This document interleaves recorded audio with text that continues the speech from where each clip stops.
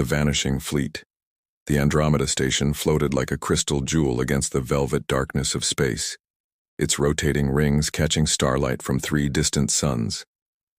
Inside the main assembly hall, representatives from 47 species gathered for what was supposed to be the most important peace summit in galactic history.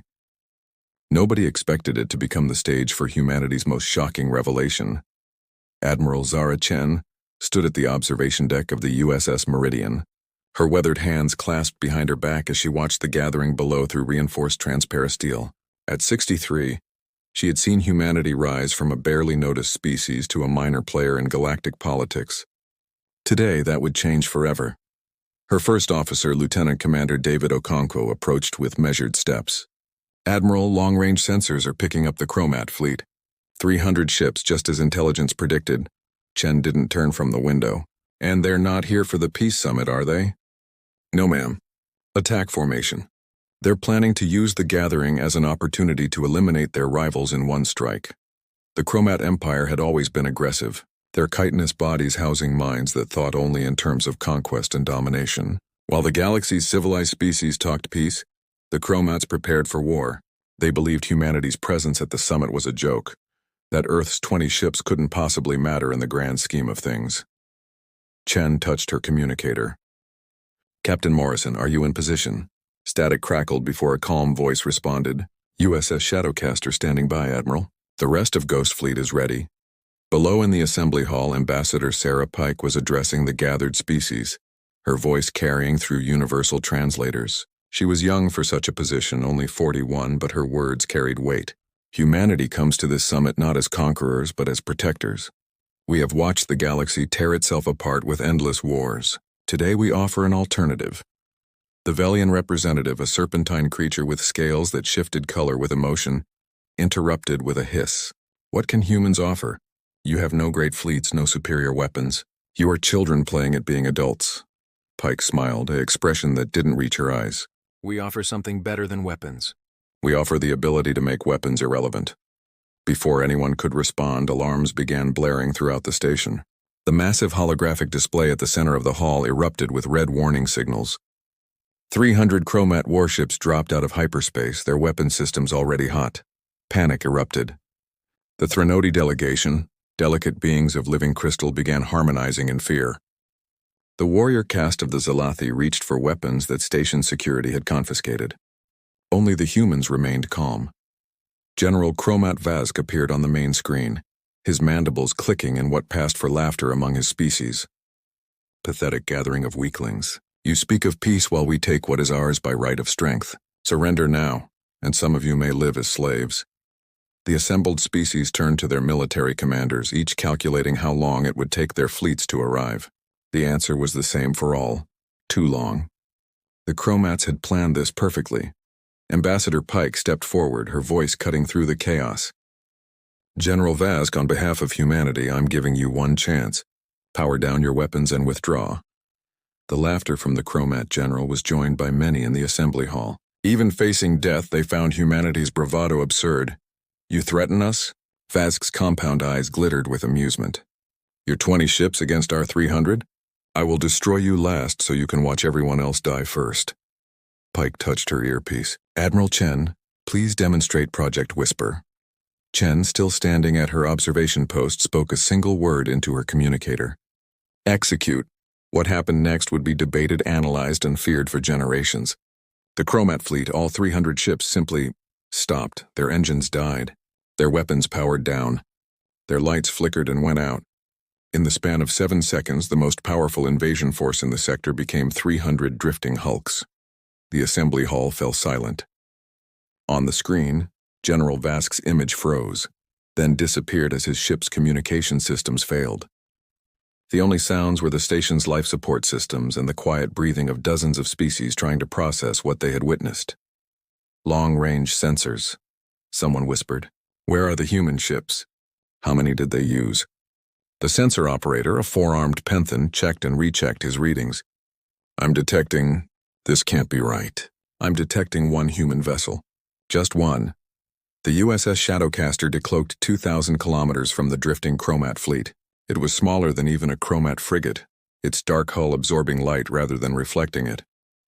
It looked less like a warship and more like a shadow given form. Captain James Morrison's voice echoed through the assembly hall's speakers.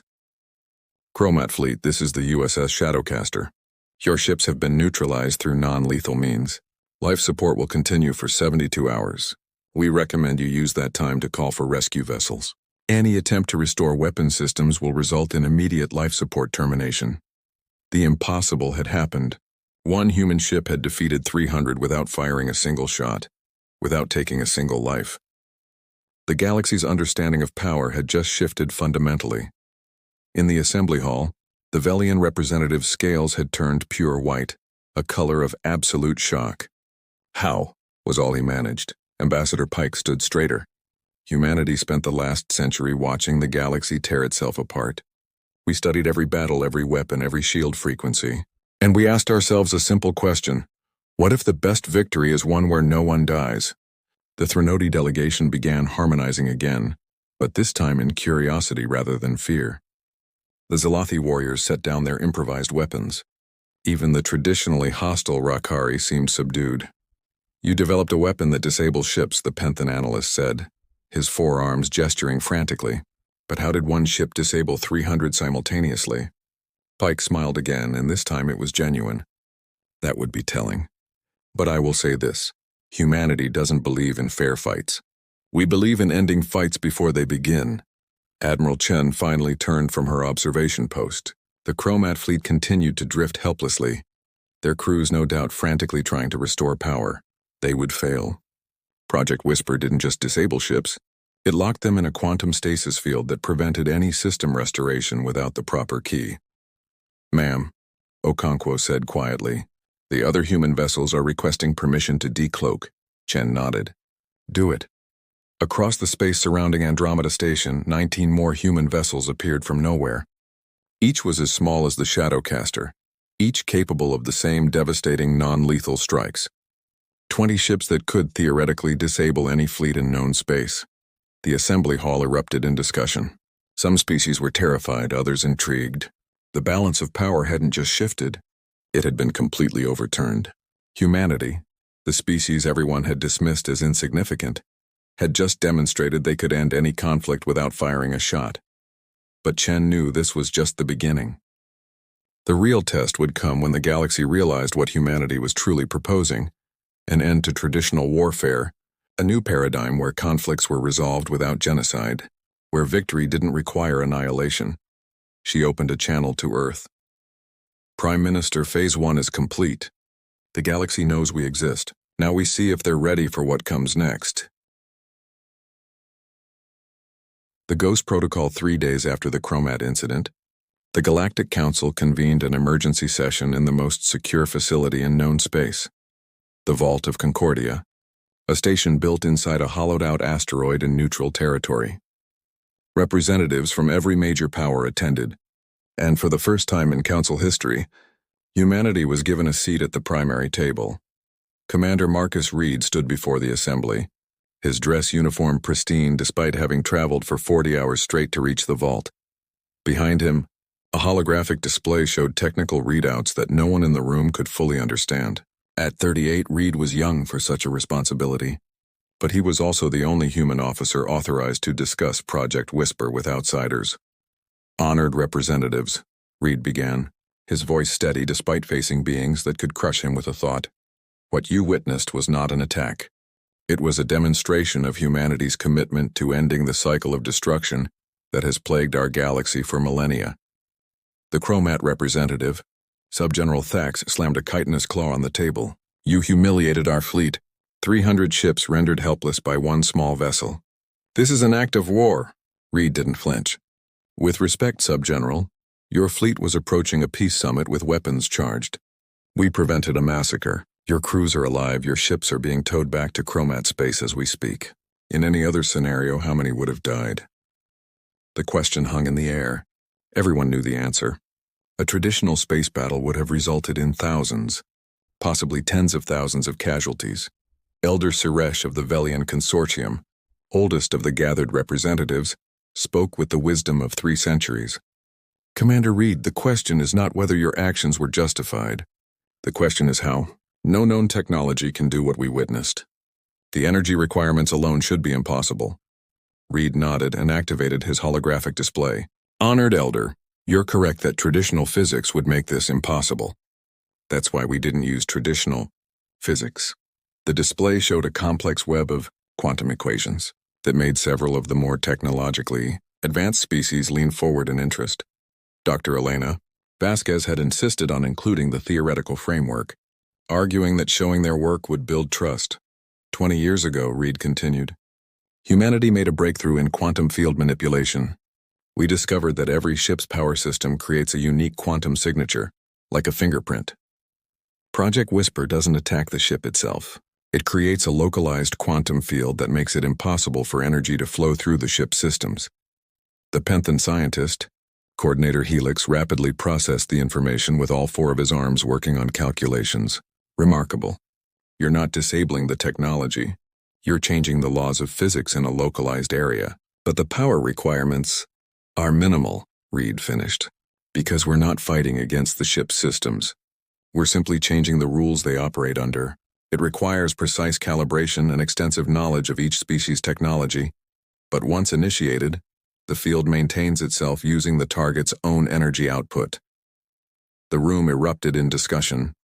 Some representatives were fascinated by the scientific implications. Others were terrified by the strategic ramifications. The Zalathi warrior representative stood, his scarred face grim. You're saying humanity has spent decades studying all our ships, all our weapons, preparing to neutralize us? Reed met his gaze steadily. We studied you to protect everyone, including you. Every major conflict in the last century could have been prevented if one side couldn't use their weapons. We're offering that option now. And what do you want in return? Asked the Rakari representative, suspicious as always. No species develops such power without expecting something. For the first time, Reed smiled. We want to fundamentally change how conflict resolution works in our galaxy. We're proposing the Ghost Protocol. He changed the display to show a new organizational structure, a joint fleet with ships from every species equipped with Whisper technology.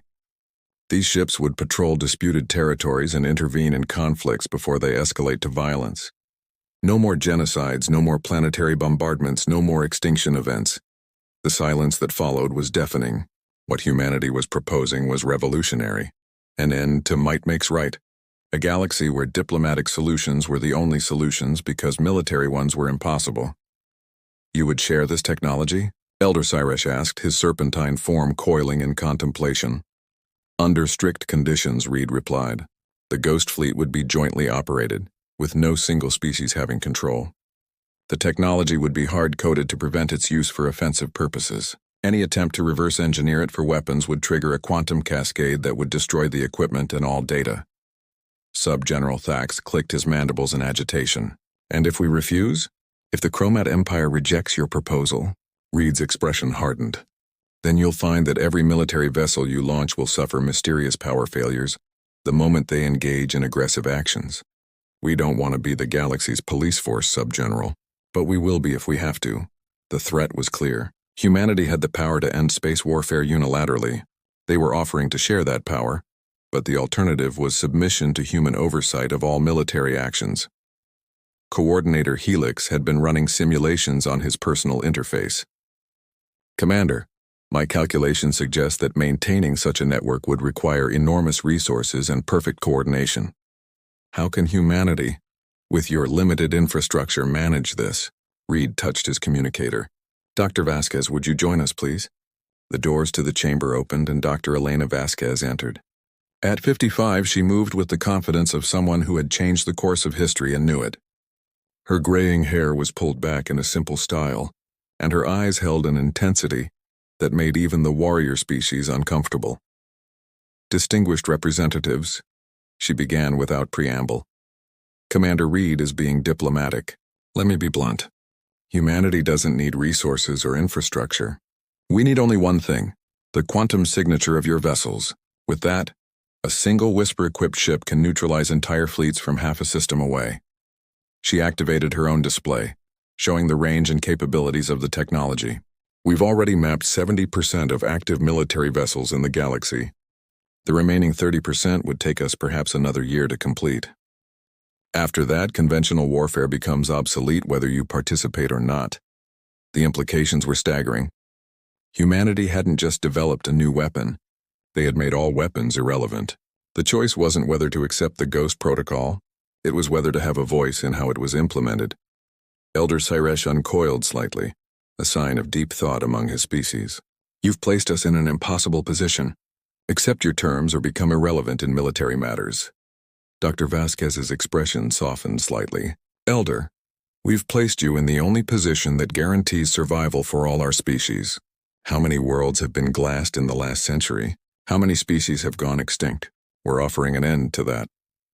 The Threnody delegation began harmonizing, their crystalline bodies resonating with what their species considered profound truth. Their leader, Resonator Prime, created words from pure sound. The humans offer evolution, not conquest. Death of old ways, birth of new. Sub-General Thax stood abruptly. The Chromat Empire will need to deliberate. This changes everything. As he moved to leave, Reed called out, Sub-General, one more thing. The 300 ships we disabled? We could have destroyed them. We could have killed every soul aboard without anyone knowing how or why. We didn't. Remember that when your empire deliberates. The Chromat paused at the door, then left without a word. Over the next hours, each delegation presented questions, concerns, and scenarios. What about civil wars? Piracy, self-defense? Humanity had answers for everything. Detailed protocols developed over years of preparation. They had thought of everything because they had to. As Dr. Vasquez explained, humanity had watched too many friends become enemies. Too many peaceful worlds become battlefields. As the session concluded, Elder Siresh approached Reed and Vasquez privately. You know there will be those who resist, who will try to find ways around your technology. Vasquez nodded. We're counting on it. Every attempt to subvert Whisper teaches us more about potential weaknesses. We've been testing it against our own best minds for 2 decades. We're confident but not arrogant. And the true extent of your fleet? The Elder asked. 20 ships seems modest. Reed and Vasquez exchanged glances. Finally, Reed spoke quietly. Elder, what you've seen is what we choose to show. The Ghost Fleet isn't about numbers. It's about capability. 1 ship or 1,000, the result is the same. The Elder's scales shifted to a color of understanding. You have more. Many more. We have enough, Vasquez said simply. Enough to ensure that this transition happens peacefully, or enough to enforce it if necessary. But we genuinely hope for the former. As the delegations departed to report to their governments, Reed stood in the now empty chamber. The weight of what humanity had unleashed was settling on his shoulders. They had changed everything. The question now was whether the galaxy was ready for that change. His communicator buzzed. Admiral Chen's voice was tired but satisfied. How did it go, Commander? As expected, Admiral. Fear, anger, fascination, and slowly understanding. The Chromat are the wild card. They always are, Chen replied. But they're also pragmatists. When they realize their entire military doctrine is now obsolete, they'll adapt. They'll have to. Reed looked at the holographic display still showing the Ghost Protocol structure. Admiral, do you think we're doing the right thing? Taking away everyone's ability to wage war? There was a pause before Chen answered. Commander, I think we're giving the galaxy a chance to grow beyond war. Whether they take that chance? Well, that's up to them. All we can do is make sure the old ways no longer work. As Reed left the chamber, he couldn't shake the feeling that humanity had just started something that would either save the galaxy or unite it against them. Time would tell which way the scales would tip. The Ghost Protocol was now in play. The galaxy would never be the same.